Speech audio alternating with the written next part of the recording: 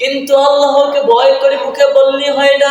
ইয়া আইয়ুহাল্লাযীনা আমানুত্তাকুল্লাহা হাক্কা তুকাতিহি ওয়া লা তামুতুন্না ইল্লা ওয়া আনতুম মুসলিমুন।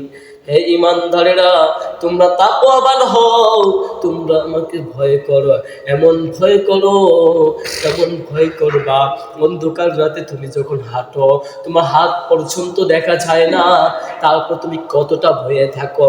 তুমি পা দেওয়ার সময় ভেবে চিনতে পা দাও, এক পা সামনে নাও, এক পা পিছে দাও, কোনো দিকে কোনো আওয়াজ হলে হাল দিয়ে ওঠো। অন্ধকার রাতে তুমি সাপের ভয়ে সাপের কাছে যাও না, সাপের সামনে যাও না।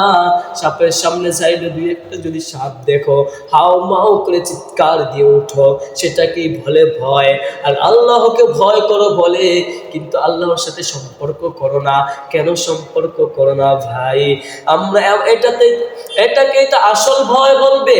তুমি যদি 5 ওয়াক্ত নামাজ মসজিদে এসে পড়ো, দৈনিক 5 বেলা আল্লাহর সাথে সম্পর্ক রাখো, 5 বেলা আল্লাহর সাথে মুলাকাত করো, 5 বেলা আল্লাহর সাথে কথা বলো, তাহলেই তো সেটাকে আসল ভয় বলে।